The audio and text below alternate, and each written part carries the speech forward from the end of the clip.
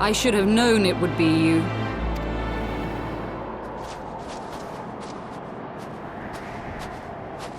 Word reached me of a struggle with a small but well-armed band of trespassers.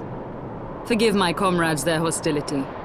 Few come here uninvited, and fewer still with good intent. Now, tell me why you are here.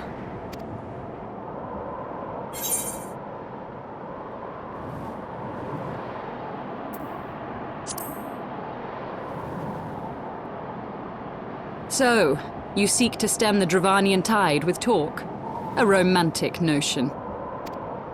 If you but knew the truth, the spark which lit the flames of this animosity, you would understand the futility of your quest. Shall I relate it to you?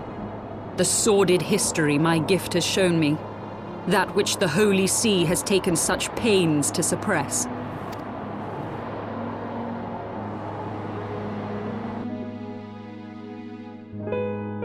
'Twas more than a millennium past when an Elezen tribe first sought to claim the lands of Kurthas as its home.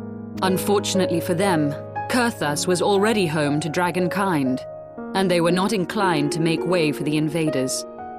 Thus did a bloody war begin, a war which might well have rumbled on until one or the other side was exterminated, had it not been for the resolve of a single woman. That woman's name was Shiva. While those around her fought and died, she attempted to parley with the dragons, and in so doing discovered them to be possessed of profound intelligence and reason. The great worm Heavensward in particular so enchanted Shiva that she found herself growing to love the creature, whom her people considered a monster. In the eyes of a near-immortal dragon, however, the fleeting life of an Elezen is as that of a freshly cut rose. Scarce has the flower bloomed before it begins to fade and wither. Such melancholy musings plagued Heavensward, who had found in Shiva an unexpected and beloved soulmate. He knew that all too soon, death would snatch her away from him. Unable to bear the thought of their separation, the maid bid the worm consume her, that their spirits might be entwined for eternity.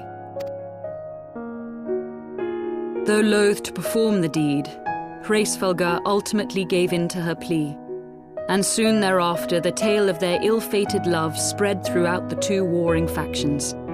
No more could they raise blade or claw against one another, knowing that the souls of their kin were so inextricably bound. In the days that followed, man and dragon learned to live in harmony, and together built a nation unlike any the world had ever known. For 200 years did this blissful age of peace continue, as it would to this day, had vilest envy not stirred in the hearts of the Elezen. It is said that worms owe their longevity to the boundless reserves of vitality found within their eyes. And 'twas in this belief that a traitorous band of knights deceived their allies of some 2 centuries, and took by force that which they coveted.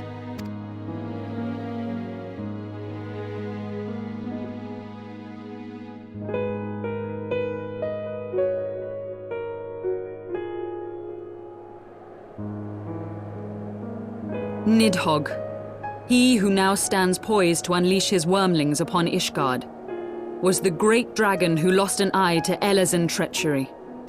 And until he prizes it from the hands of the traitor's progeny, no amount of conciliatory words will stay his fury. You are wrong, Lady Iceheart.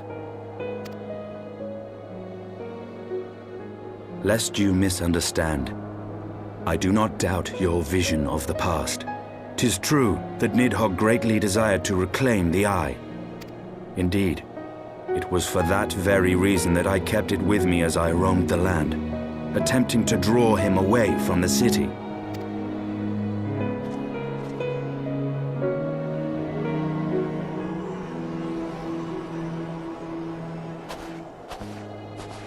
Good gods! Until recently, Nidhogg seemed unable to resist its allure and pursued me relentlessly.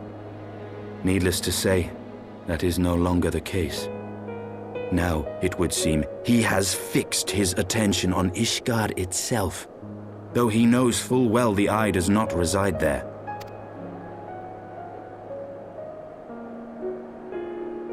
You believe he targets the capital for another reason? I believe reason has all but left him.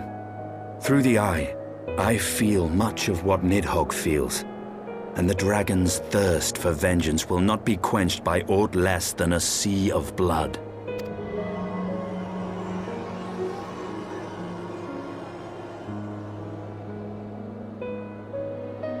If Nidhogg is indeed lost to reason, might we not seek an audience with Hraesvelgr instead? He has thus far shown no inclination to aid in the invasion of Ishgard, and may yet welcome our efforts to broker a peace. You still believe that a peaceable solution can be found? Very well. I will take you to him.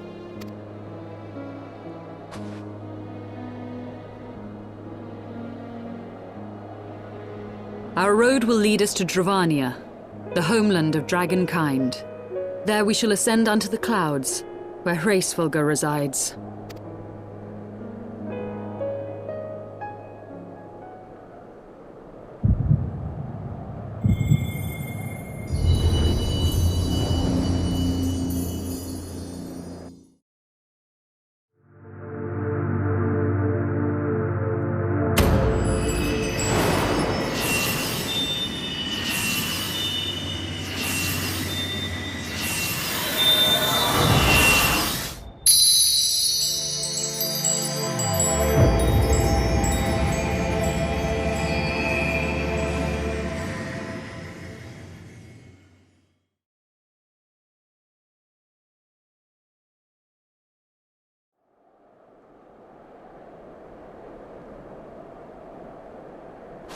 Is aught amiss, my friend?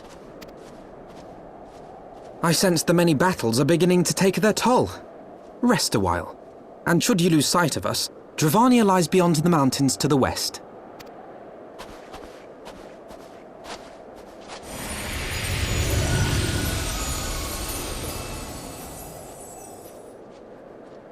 Curious.